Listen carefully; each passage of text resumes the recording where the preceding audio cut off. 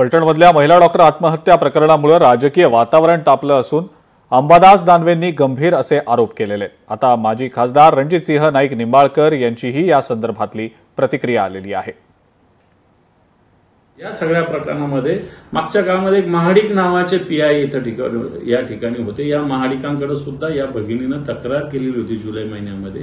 या सगळ्या त्रासाविषयी कल्पना दिली असताना सुद्धा या महाडिकांनी कोणत्याही प्रकारची दखल घेतली नाही।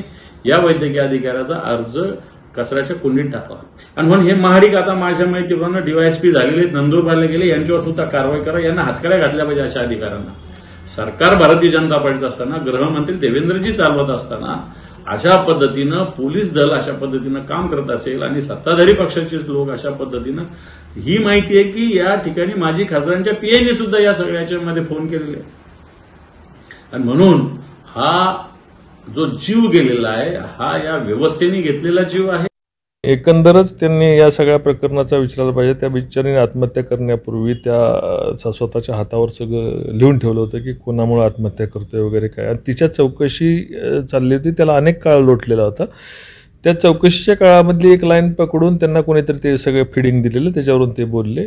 अशा प्रकारची दुर्दैवी आत्महत्या होणं हे आमच्या फलटणच्या संस्कृतीला धरून नाही, पण त्याचा सखोल तपास झाला पाहिजे, आरोपींवर कारवाई झाली पाहिजे। एक आरोपीला अटक केलेली आहे आणि दुसरा आरोपीचा तपास पोलीस करत आहेत अशी त्याची कल्पना आहे। काही लोक आपण म्हणतो मृताच्या टाळूवरचं लोणी खातो, तसे आमच्या काही जवळची लोक आहेत की ते सगळं घडवून आणतायत आणि त्या आत्महत्येचं सुद्धा राजकारण त्या करतायत।